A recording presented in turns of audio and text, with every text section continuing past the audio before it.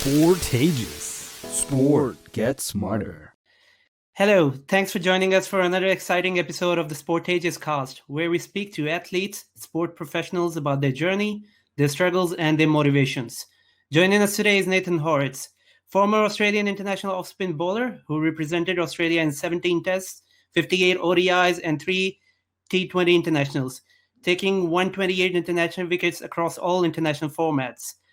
At the domestic level, he represented Queensland, New South Wales in Sheffield Shield, and the Brisbane Heat and Melbourne Renegades in the Big Bash League.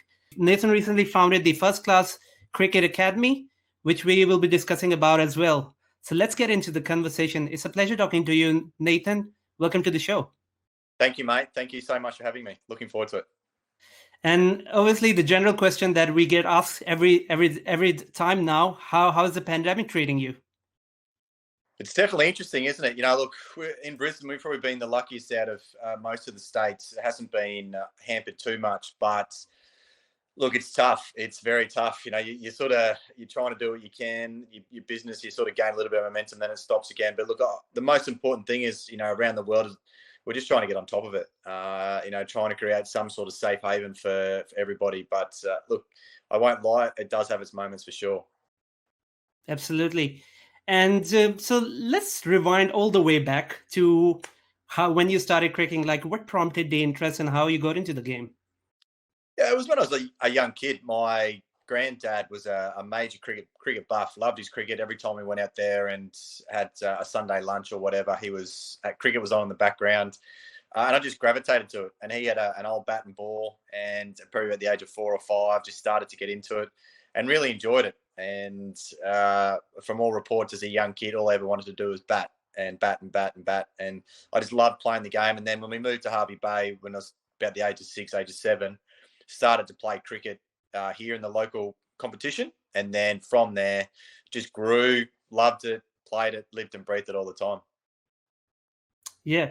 And why off spin, like out of all the other bowling options? Well, I was a medium pacer, so I used to bat. I batted quite high up until probably about the age of 16. I was a batter that bowled medium pace until probably about the age of 12. And an old coach, Russell Organ, suggested that it might be better off moving into off spin. And he helped me a little bit, just the reason being, you know, there's only one spot for a spinner. So if you can hold your spot as a batter, you know, you open up your opportunities a little bit more. But as a medium pacer, you know, I was an okay bowler, but I wasn't someone that could bowl fast, or I just did a job. So the opportunity came up.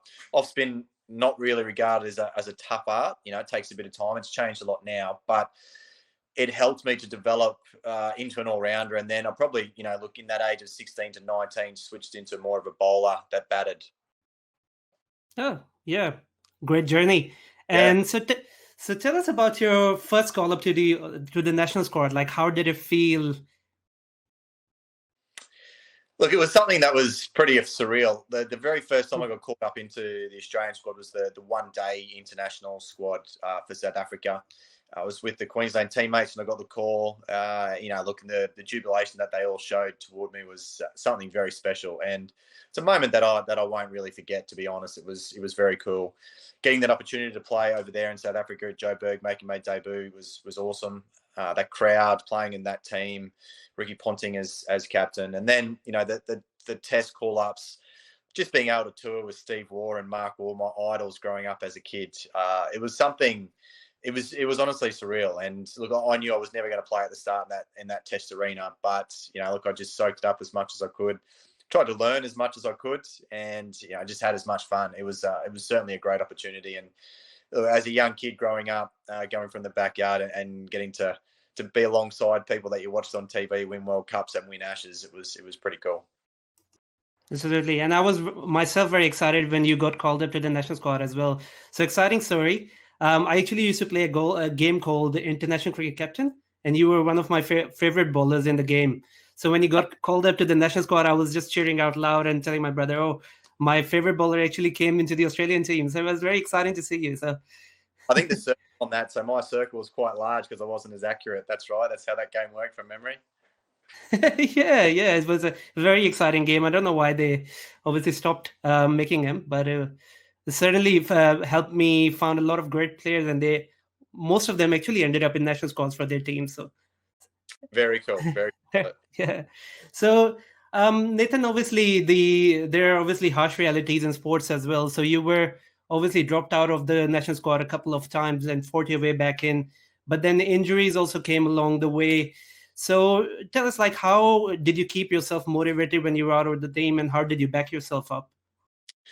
I think early days when you're young, the injuries and the setbacks, like, you still keep backing yourself. You still believe that you're still good enough to play from that at that top level, and you want to get back there. And the drive is constant. It's non-stop. The shoulder was a really tough thing. We're out of the game for close to 12 months, and being an off spinner, that sort of puts a lot more pressure on the shoulder instead of your arm going just in one path. That was probably the toughest one. After probably a couple of years with that, I had injury, another just niggles with my calves, and my shoulder was still playing up. It definitely wore me down and took a massive toll on my mental side, to be honest. And it was getting to the stage that I wasn't able to compete at the top level anymore. But your brain is telling you that you can. And that was a really frustrating thing. And for me, I was only 32, 33, and I wanted to still keep playing. I just couldn't. My body, for whatever reason, wasn't allowing me to, and had to stop. But when you're young, look, you're fighting through, you're doing the rehab, you're doing everything that you can to keep staying there and keep being part of it all. Yeah. And do you feel that mental health, obviously, awareness is better today as it was in the past? Look, I think it's more prominent now, just with regard, because all the bubbles. I haven't been part of a bubble in quarantine or anything to that matter, and like what they all face, families, everything. Would be incredibly tough, But I think at the moment, a lot more emphasis is on looking after the athletes and their minds, and it's going to be like this probably for the next 2 or 3 years. Like, you don't really see anything changing. Look, Sydney's in a really harsh lockdown. Brisbane's in a tough lockdown, and COVID's 15 months, 16 months old now. And we were sort of told after 12 months, things might start to change, but I feel like it's getting tougher. You have 2 or 3 cases and it gets locked down again, So as a player, you sort of don't really know when your next game is. It's training. And then I work with the Queensland girls, and, they were moved around a lot last year, and look, they've done an amazing job, and they're well run by Ashley Nofke and the support staff there. But just some of the things that they all have to deal with. But I think most associations and international scenes are doing their best to ensure that their player welfare. Yeah, absolutely. So let's obviously talk about your life after retirement. How are you keeping yourself busy? So let's also talk about your academy, First Class Cricket, and tell us about it. Yeah. So look, I'm incredibly busy with the Cricket Academy, and the academy sort of split up into a couple of different things. Got the private coaching aspect, which also has, I guess I sort of call it like a little bit of a satellite academy. So I've got one in Brisbane, one in Wide Bay, and they run weekly at the moment, and I'm doing them. But looking to change that up a little bit, in the summer. Same sort of thing, same concept, have a few more coaches involved and try and get myself out there a little bit more. I have a group in the academy called the Inner Circle, and the main focus of that is mental health and everything associated with the mental side of the game, the tactical side. I have an app associated with my academy, First Class Cricket Academy. That's the name of the app. So kids are always, we're logged into that. We're always talking. I have an athlete monitoring system on that, which allows me to keep in touch with kids that are part of it. So I've got kids in USA, UK, New Zealand, Australia, and we meet up once a week, talk about cricket. I have special guests or interviews. This weekend, I've got Toby Radford, international batting coach, talking to our players about batting. So he's going to analyse a few techniques. And then, look, I do a little bit with Queensland Cricket. I'm the spin consultant with the girls there, with the Brisbane Heat girls and the Queensland Fire. And I'm head coach at Norths Cricket Club, so the male cricket club there. And I do a little bit with the women as well. So that keeps me very busy at the moment. But look, I love coaching, love cricket, love giving back. If there was more of me, I'd like to do more coaching. Unfortunately, the kids don't train during the day. They're at school, so there's not much that I can do with that, unfortunately. But it's just a really, I find it a really, I guess, I say grateful, but like just an experience that, look, I was very fortunate to play for Australia. And for me, being able to give back as much as I can, what I've learned, it doesn't mean that somebody else isn't going to go through the same experience, but, being able to give a little bit of advice when you're faced with an injury or a setback or being dropped or media's on you or, those sort of things. I think there's a lot of us out there now that are trying to do our best. In Brisbane especially, you've got Nathan Reid and Alistair McDermott, with their work that they're doing. And then you've got Pete Forrest down in Sydney, Daniel Smith, who's at Elite 360. So we're all trying to do our best and work together and, pass on what we've learned, and I think the game's evolving so quickly, and there's stuff that we never been part of with T20 cricket, T10, the 100, all this sort of stuff's changing. But I still think the main things that are still the same is the mental side of the game, which is where I feel like my academy, the app, and the inner circle come into play really strongly. Yeah. And just expanding on your point about obviously newer formats coming up, do you feel that Test cricket is going to die in a few years, or it still has its own place? Nah, look, I don't think Test cricket will ever die. Look, I think the purists around the world won't let it die, to be honest. And I think what you'll see is just more nations playing Test cricket, and they'll keep working hard to get the Afghanistans playing more tests and have a different type of Test championship, whatever it needs to be. Look, I never see Test cricket going down that path. Probably one day cricket is the one format I think that's always under pressure. It's consistently, people are questioning it. You got they get through the World Cup, and they just, there's so many questions. You even see T20 cricket these days, they're changing it. They were sick of the model that was doing so well. The IPL had done so well for 13 years or whatever it is. The Big Bash, they expanded it, made it longer, and they crucified it so quickly. And now, they've changed it around again. Look, I think if it ain't broke, don't fix it. But there's going to be different things focusing on, the T10, how that's going to change. The women's game's evolving. They've got that new BPL league in Brisbane starting or trying to start up. It's been hit by COVID, obviously. It's just part of the process, but I don't think Test cricket will ever change. The night cricket's obviously coming into it a little bit more. I don't mind the Test championship; it could be done a little bit differently, but I don't believe we'll ever see it go away. Yeah, and why is cricket in general fading in Australia in popularity? It used to be a very famous game in Australia. And me, as coming originally from Pakistan, I was like, Australians are huge on cricket. But when I actually came to Brisbane 10 years ago, I was like, oh, it's completely different. It's not the same as how people actually think outside Australia. So why do you think is that? I think there's just a lot of choice. One thing that I believe is that other sports like the NRL, the AFL, even soccer to a degree, they have such a really strong junior coaching structure. So they get out to the schools and the kids are always involved in it. The games are over in 90 minutes, it happens really quick. Whereas cricket can take, a day, half a day, and parents have got there, and it can be quite expensive as well. So young kids playing cricket costs $500 a year, probably costs $700-800 a kid as well. So that's $1,300 in a year for cricket, and then you give away your Saturdays, and that's incredibly tough to work with and to change. Look, I don't know how that will ever become an advantage for cricket, but I think one thing that I do see is probably the girls' game starting to increase a lot more. And what that does then it does increase the numbers. The men's game will stay the men's game, and the purists always wanting to play Test cricket for Australia. But you're starting to see more and more girls at school, at clubs. Norse has got a pretty strong following there now for the girls' cricket. It will continuously grow and evolve. And I think then you'll have more kids coaching and that sort of format. Whereas AFL, NRL, soccer, game's over, game's done. And it's, it's just a lot of fun. Yeah, absolutely. And so let's say if someone wants to join the academy, what's the process to join your academy? Yeah, look, the process at the moment. So I sort of run, I did 2 12-week programs at Wide Bay and Brisbane. So they're both maxed out due to COVID. The last probably few weeks of the Wide Bay, Brisbane Academy is going to finish up and probably start again in September. So the process would just send me an email, Nathan at firstclasscricketacademy.com.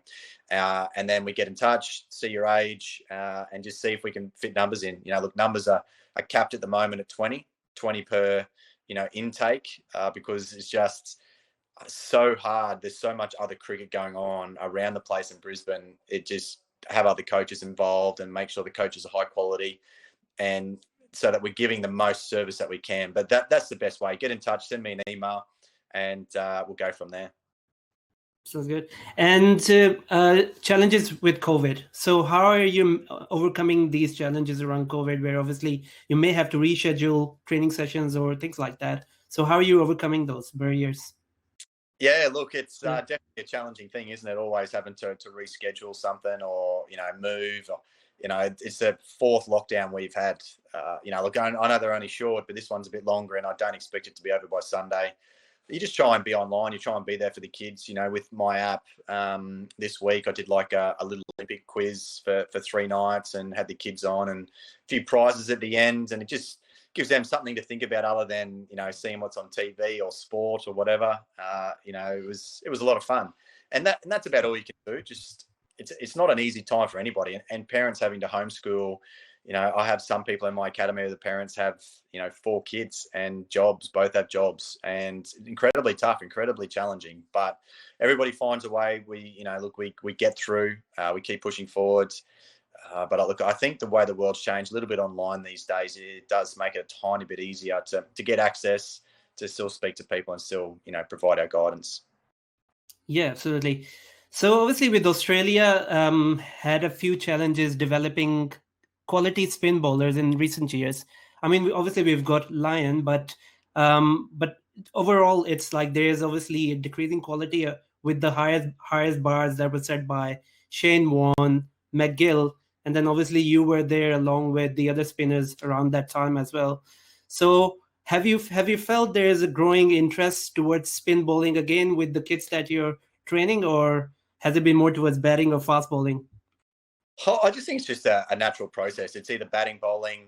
Look, there's no real kids that go, look, I want to be like Nathan Lyon, or you do see some kids wanting to bat like Steve Smith because he's so quirky. I just think it's whatever that sort of the kids pick up, whatever they want to gravitate to. I think our future in spin stocks is really strong. I work with a lot of spinners at my academy just through private coaching that aren't part of their core group, and there's some amazing little spinners there, and I fully feel that they'll be part of future setup. So for me, look, the future's bright, and look, Gaz, we've been very fortunate with Gaz, his longevity, not being injured, touch wood. Look, he's bowled incredibly well. Probably wasn't at his best at times last year, but that's to be forgiven at times, I think, and I expect him to be a dominant best come the Ashes this year. Absolutely. So you've obviously taken a lot of crucial wickets along your career. What's the most special wicket or two that you can recall and look fondly back at? Oh, look, there were a few cool wickets. I look, probably getting Matty Pryor out at Cardiff, going back to cut early on day 5. That was, a wicket that sort of, I felt gave us as a group more belief. They were 3 for overnight, and we definitely had the belief we could win. But getting Matty Pryor out really quickly in the morning changed the whole momentum. Just got us a massive. Didn't win, obviously. Couldn't get the last 2 out. That was a big one. Look, I'd have to say, getting your first Test wicket, Anil Kumble, never forget that, and to Tippenar, my first one-day wicket. Look, it's how your career starts, isn't it? So you never forget that. Yeah, absolutely. And you've had a few occasions where you performed well where other spinners usually fail, like against teams like India, Pakistan, and Sri Lanka. Yep. And you took 2 wickets off Sachin Tendulkar and VVS Lakshman. So talk about that time. How were you feeling? Were you nervous about bowling, obviously, to the Indian team? Incredibly nervous. It was debut test, and look, the wicket was red mud, and I bowled. Look, I'd been bowling okay all that tour, and it was just one of those things that I was lucky enough to play on a really, really poor wicket, and I didn't bowl as well in that second innings. They got after me, but getting Sachin and VVS out was really cool. And I might have went for too many in that test and put more pressure on us. But the ability to play against them. My last tour in India, I didn't bowl great, but that's part of it. That's part of the journey, isn't it? But at the start, it was a lot of fun. It'd be nice to ever get that opportunity ever again. Absolutely. So, Nathan, it's obviously been a very good time talking to you so far. But and obviously we've no time is enough time to have these conversations. But before we obviously move towards the end of the interview, is there anything obviously as an advice that you can give to whether it's aspiring cricketers or anyone wanting to enter the field of sports about the challenges or the realistic expectations they should have before they get in? Look, I think as a young kid, they shouldn't listen to it. You shouldn't listen to anybody that says you can't do it. At the end of the day, if you have the drive and the passion to play for your country, your state, whatever it needs to be, there should be no one, no coach, no nothing that says that you can't do it. And look, I love a book. I love one of these book that I read a long time ago. It's called Talent is Overrated. And you generally find when you're growing up, when you're working with kids, that there's a lot of kids. I've seen a lot of kids that are probably more talented than me growing up. But I knew when I practiced and played that I was in the hunt. I was there. I was doing it 24/7. And look, I think that's a big thing. It's very hard to replace that drive and hunger. And just put a vision on your vision board, stick up a little photo of a baggy green or whatever it needs to be and look at that and want that. And you might not ever get there, but look, if you have that waking up each morning, you're just that tiny bit step closer to maybe one day wearing it and playing in the World Test Championship final at Lords. You just never know. And I'll never tell a kid that look, I don't think you're good enough. Look, I'll be here to give you the best opportunity that I can and advice that I can. As long as you're willing to do the work with me, then we're in a pretty good space. Yep. So obviously talking about Brisbane itself, what would your advice be to anyone wanting to develop their cricketing to international standards in Brisbane? Obviously, you've got the First Class Cricket Academy, which is yours, but Yep. Which other places they could probably go to and your advice to them to develop themselves to the highest standards? Yeah, look, I think Look, there are other coaches there. Rito, Ali McDermott's. Ali McDermott's got Alistair McDermott Cricket Academy. Rito's Nathan Reed at cricket coaching. You've got some other little small ones. But I think that the most important thing is that you as the individual, it doesn't matter what us coaches, look, we'll provide, we all provide something different. I provide an app, Ali's fast bowling, Rito's batting, whatever it needs to be. We're all just that little bit different. But you got to find somebody that you work really well with and that they're going to challenge you each session. That's probably first and foremost. And then moving on from there, you've got to know that coach that you're working with has that drive and passion just as much as you do, and I know I do. Every kid that I work with, it's bang, right, what are we doing? Let's get something out of this session. And then look, the rest is up to you. You work hard. I give you a plan, go away, work on it, come back. Have you improving? Are you doing it? Yes, no, why are you not? So you've got to be held accountable and you've got to start to, I think the game's evolved that kids are getting younger and younger to playing at that international level. So, look, if you're 13, 14 and you've got the hunger, go hit balls every day or go bowls at balls every day, whatever it needs to be. If you're doing the right things, then there's no reason why when you're 15, 16, 17, you're challenging men and growing and the game's changed so much. So that's probably my best advice in that Brisbane region. And look, there's a lot of coaches. There's so many coaches there, but you got to find somebody that wants to do well with you, wants to help, and has that hunger like you do. Thanks again, Nathan, for obviously your time. It was a very insightful conversation. And like I was telling you before, that I was excited when you came into the international team, and it's finally delighted to be talking to you in person. Thank you. Thank you once again for your time. So glad that it finally happened with weeks of rescheduling that we had. Yeah. Yes, thank you.